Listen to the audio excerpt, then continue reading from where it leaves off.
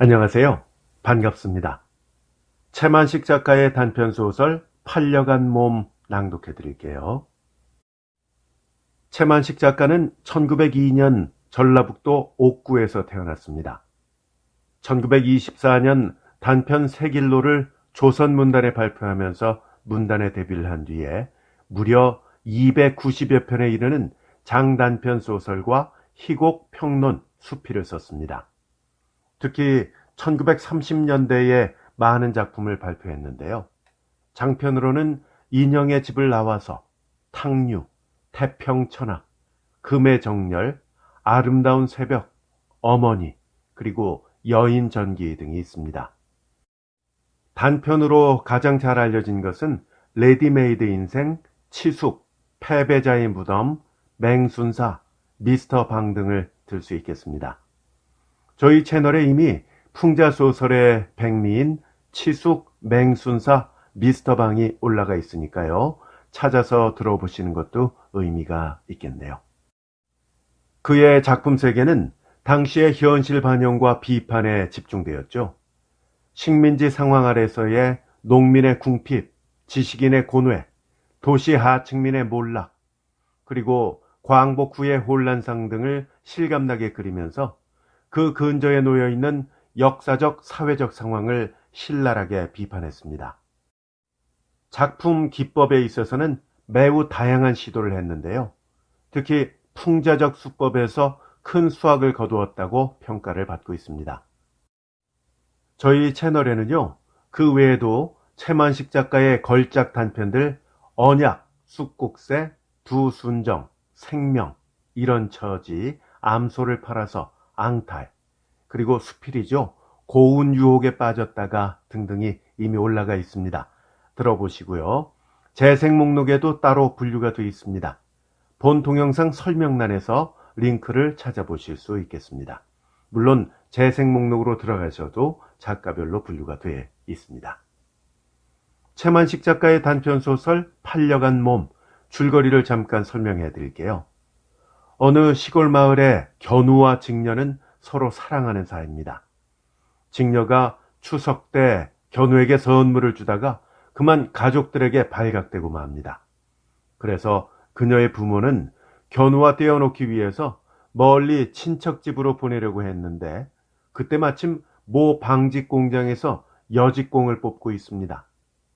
그녀 부모는 이왕에 멀리 보내는 거 그참에 돈을 벌게 하면 좋겠다고 생각을 해서 직녀는 결국 멀리 있는 방직 공장으로 가게 됩니다. 견우와 직녀는 떠나기 전날 밤 몰래 만나서 칠석에 만나기로 약속을 합니다. 그 후에 견우는 닥치는 대로 일을 하면서 열심히 돈을 모읍니다. 직녀와의 결혼 미천을 준비하는 것이죠. 그렇게 시간은 흘러서 기다리고 기다리던 칠석날이 왔습니다. 견우는 약속대로 직녀를 만나기 위해서 그 방직 공장에 물어물어 찾아갑니다. 그런데 이게 웬일입니까? 그 공장에는 직녀라는 여직공이 없다는 겁니다. 도대체 어떻게 된 일일까요? 그 후에 놀라운 이야기는 낭독을 직접 들으시면서 확인하시기 바랍니다. 주인공의 이름을 견우와 직녀로 붙인 것이 식민지 시대 압도적인 자본주의 질서 앞에서 처절하게 무너져가는 우리의 옛 정서와 문화, 그리고 밑바닥 민중들의 삶에 대한 작가의 관심이 표출된 것이라고 평가받고 있습니다. 그럼 지금부터 최만식 작가의 단편소설 팔려간 몸 낭독해 드릴게요. 동산마루에서 시뻘건 해가 뚜렷이 솟아오른다. 들 위로 얕게 덮였던 아침 안개가 소리 없이 사라지고 누른 변목들이 일제히 읍을 한다. 야골은 풀끝에 맺은 잔이슬들이 분주히 반짝거린다. 꼴을 먹는 소 목에서는 끊이지 않고 요령, 즉 큰 방울이 흔들린다. 쇠고삐를 잡고 앉아 명상에 잠겼던 견우는 걷어올린 맨다리를 딱 때리면서 정신이 번쩍 들었다. 쇠파리가 침을 준 것이다. 안 오나? 견우는 혼자 중얼거리면서 동리 앞을 바라보았다. 여전히 아무도 보이지 않는다. 모처에 비단 짜는 직공으로 뽑혀서 오늘 새벽차로 떠난다는 직녀를 다만 멀리서라도 한번 바라보려고 견우는 첫 새벽부터 소를 끌고 나와서 꼴을 먹이며 기다리고 있는 것이다. 차라리 안 온다는 것은 공장에 가지 않는 것이니까 도리어 좋겠다고 생각은 하면서도 그래도 속은 초조하였다. 견우는 허리띠와 염낭, 즉 허리에 찬 주머니를 만져보았다. 직녀가 밤마다 집안 사람의 눈을 피해가며 정성과 정을 다 들여 만들어준 추석 선물이다. 그리고 필경 이것을 울타리 터진 구멍으로 주고받고 하다가 그만 직녀의 집안 사람에게 들켜서 이 애달픈 이별을 하게 되는 것이다. 직녀의 부모는 그까짓 남의 집에서 소 부리는 놈한테 딸을 준단 말이냐고 그들의 사이를 가리기 위해서 그늪 어느 친척의 집으로 직녀를 보내려고 하였다. 그런데 마침 모처에서 비단 짜는 여직공을 모집하러 온 사람이 있다. 가는 여비를 대해주고 처음 견습할 동안은 한 달에 먹여주고 10원, 그리고 일을 익히고 나면 역시 먹여주고 20원 이상. 나이 어린 딸을 둔 가난한 집안에서 너도 나도 하며 15명이나 응모하였다. 직녀도 그 중에 끼게 되었다. 물론 그것은 직녀가 원한 것이 아니라 그녀의 부모가 기왕 견우와 멀리하게 하려고 타관으로 보내는 바이면 돈을 벌게 하는 게 좋겠다고 생각하고 그렇게 억지로 시킨 것이다. 이번 일이 이 허리띠와 염낭을 주고받다가 벌어진 일이라고 생각하면 원망스럽기도 하거니와 그러는 한편 끔찍히 소중하기도 하였다. 그는 허리띠를 들고 염낭과 한 가지로 착착 접어서 손에 쥐고 길 옆에 떨어진 새끼줄로 허리를 메었다. 돈을 모아야지. 견우는 어젯밤 일을 생각하고 이렇게 중얼거렸다. 어젯밤에 견우와 직녀는 이슥한 틈을 타서 서로 약속이나 한 것처럼 밖으로 나와 울타리를 사이에 두고 만났다. 돈 모아, 응? 직녀는 떨리는 소리로 조그맣게 속삭였다. 견우는 울타리를 비집고 직녀의 손을 잡았다. 두 손이 바르르 떨렸다. 오냐, 일을 갈아붙이고 돈을 모을 테니까 5년만 참아라. 응, 나도 그 사이에 돈 모을게. 너도 모아라. 나도 모으고. 그러고 1년에 한 번씩 만나러 와요. 그래라. 칠석날이면 가마. 견우 직녀가 칠석이면 만난다더라. 응, 그러면 내 칠석날이면 꼭 기다리고 있을게. 해가 길이 넘도록 솟은 뒤에 비로소 동리 앞에서 빽빽하게 사람이 몰려나왔다. 맨 앞에 양복 입고 홀태바지 입은 키다리가 모집하러 온 사람이다. 그 옆에 납작하게 붙어서 오는 것이 면장님. 면장님은 이번 여직공을 모집하는데 매우 힘을 많이 썼다. 그 뒤로 울긋불긋하게 차린 15명의 처녀와 정거장까지 배웅을 하러 나선 부모네가 따라섰다. 행렬은 차차 가까워진다. 견우가 기다리고 있는 좁은 길과 고물의 정자 모양으로 정거장 가는 큰 행길이 뻗쳐 있다. 여러 처녀들 가운데 견우는 대번에 직녀를 발견하였다. 직녀의 얼굴은 자주 사방으로 내돌린다. 견우를 찾으려는 것이다. 견우는 노래를 불렀다. 직녀의 어머니도 같이 가는데 좀 못하기는 하지만은 가네 가네 하더니만은 님이 나를 버리고 정말로 가네. 평소에 무심히 불렀던 육자배기가 정말 자기 신세를 말하게 되니 한층 구슬펐다.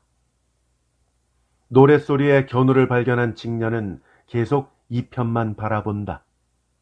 만일 가까이서 본다면 그 눈에 눈물이 어렸을 것이라고 견우는 생각하였다. 그와 반대로 직녀의 어머니 눈에는 쌍심지가 돋았을 것이다. 갈림길까지 와서 행렬은 멈췄다.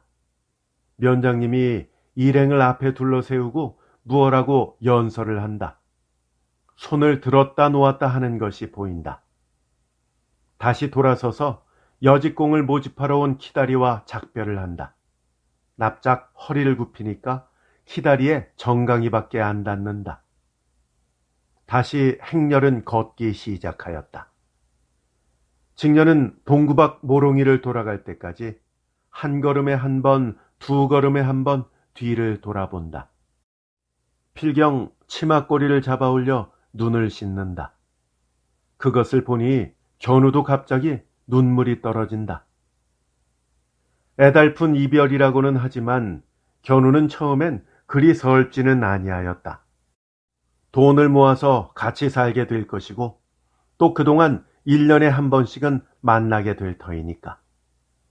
그러나 직녀가 우는 것을 보니 갑자기 한심하고 처량한 생각이 든 것이다.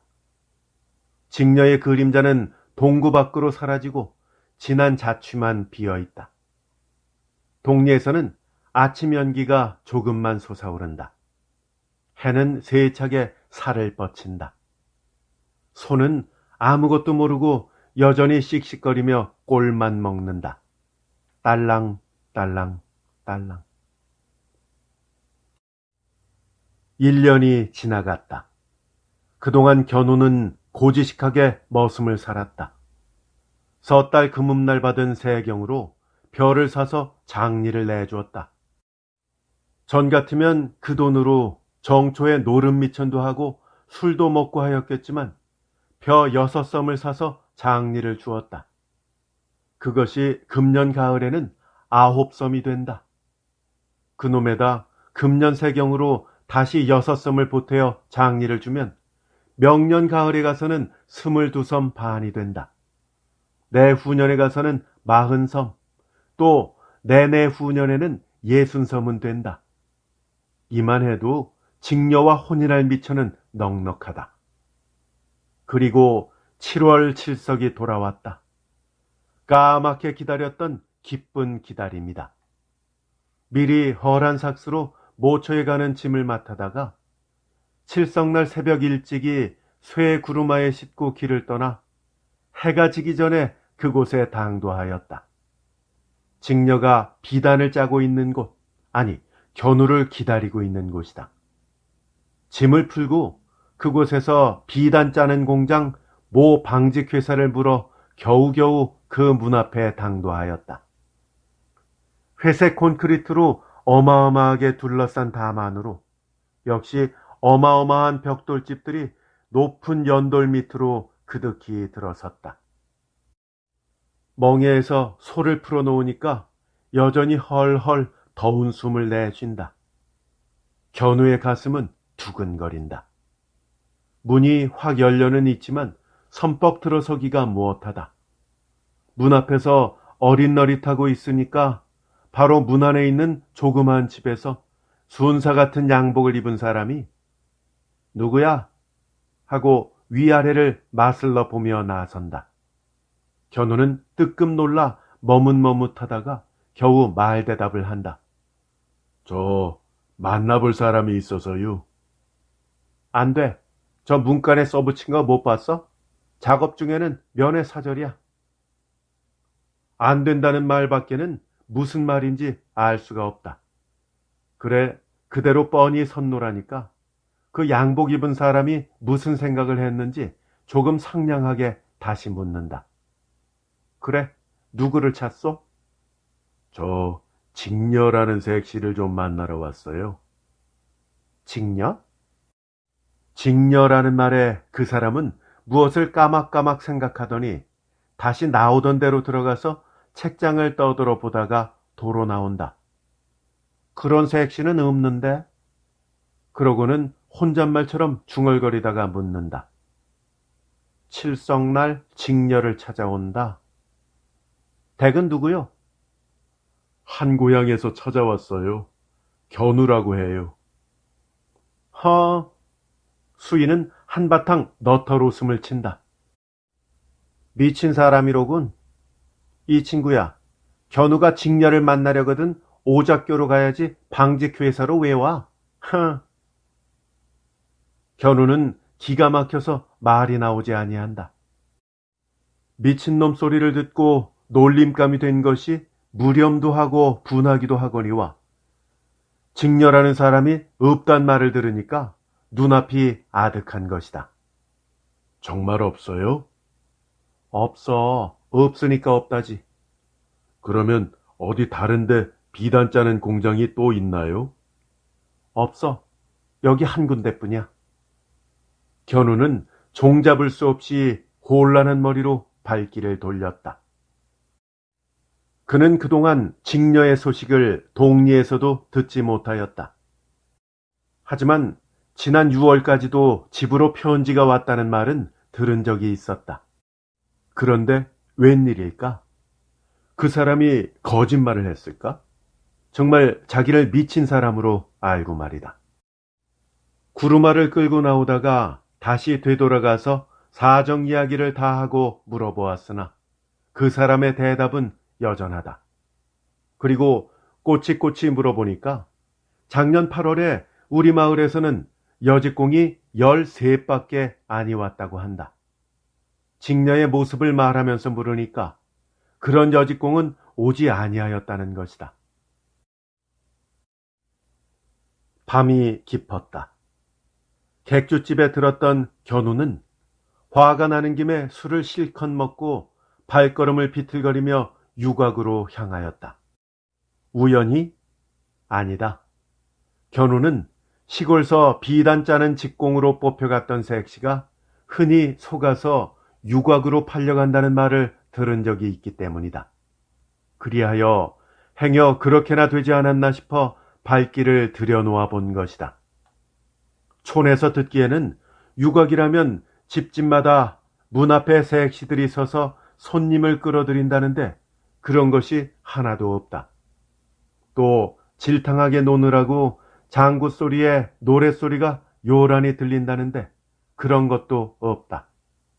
혹시 잘못 왔나 하고 지나가는 사람더러 물으니까 확실히 유곽이라고 한다. 어느 집을 보나 나무 창살과 문에 내린 발 너머에 색시들이 있기는 하지만 하나도 나오지 않고 손님도 있어 보이지 않는다. 이 집 저 집 창살을 기웃거리고 지나는데 어느 집 앞에 당도하니 창살 안에 색시들이 4, 5인 모여 앉았다. 그 속을 굽어보다가 견우는 억소리를 무심중에 지르고 그 자리에 얼어붙었다. 견우! 직녀! 둘이서 이렇게 한마디씩 외치고는 말없이 서로 바라본다. 한참 만에 직녀는 문을 박차고 뛰어나와서 견우의 목에 매달린다. 눈물이 소낙비처럼 쏟아진다. 이게 어쩐 일이야? 어떻게 알고 찾아왔어? 견우는 대강 이야기를 하였다.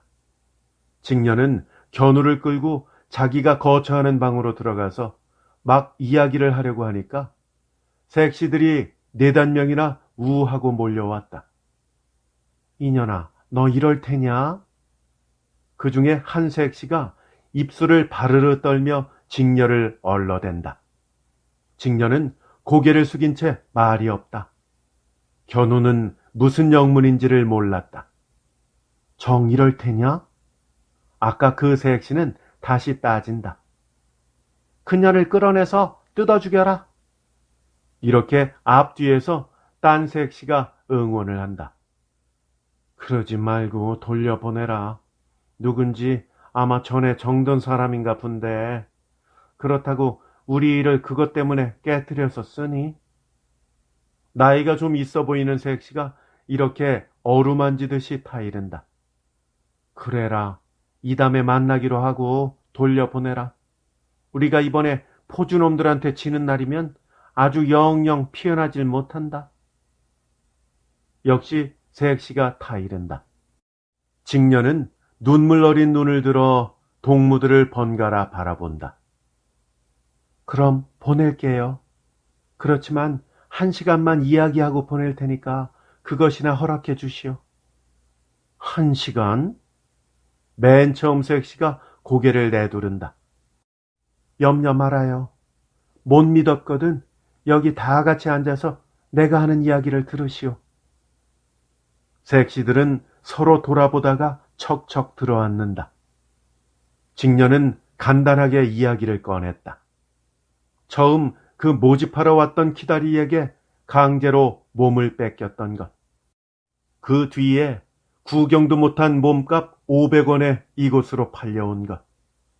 그리고 포주가 너무 야속하게 굴어서 이 유곽 전체가 일심이 되어 밥도 아니 먹고 손님도 맞지 아니하고 겨루고 있다는 것. 맨 끝 이야기는 무슨 뜻인지 모르나 만났다가 이렇게 헤어지는 것만이 견우에게는 섭섭하였다. 유곽 문 앞에서 직녀는 울며 견우의 목에 다시 매달렸다. 내년 이때 또 와요. 오냐, 오마. 견우도 국달한 눈물이 쏟아진다. 우리 동리 가서는 이런 이야기 하지 말아요. 응, 안 올게. 내년에는 돈 가지고 와서 네 몸값 치러주마. 돈이 어디 그렇게 있소? 나는 여기서 한평생 살 테야. 뭐, 걱정 마라. 내년에 못 되면 내후년, 내후년에 못 되면 내내후년이라도 꼭 해가지고 꼭 오마. 어쨌든 내년 오늘 잊지 말고 와요. 오냐, 꼭 오마. 꼭? 꼭. 최만식 작가의 단편소설 팔려간 몸 낭독해드렸습니다. 잘 감상하셨는지요?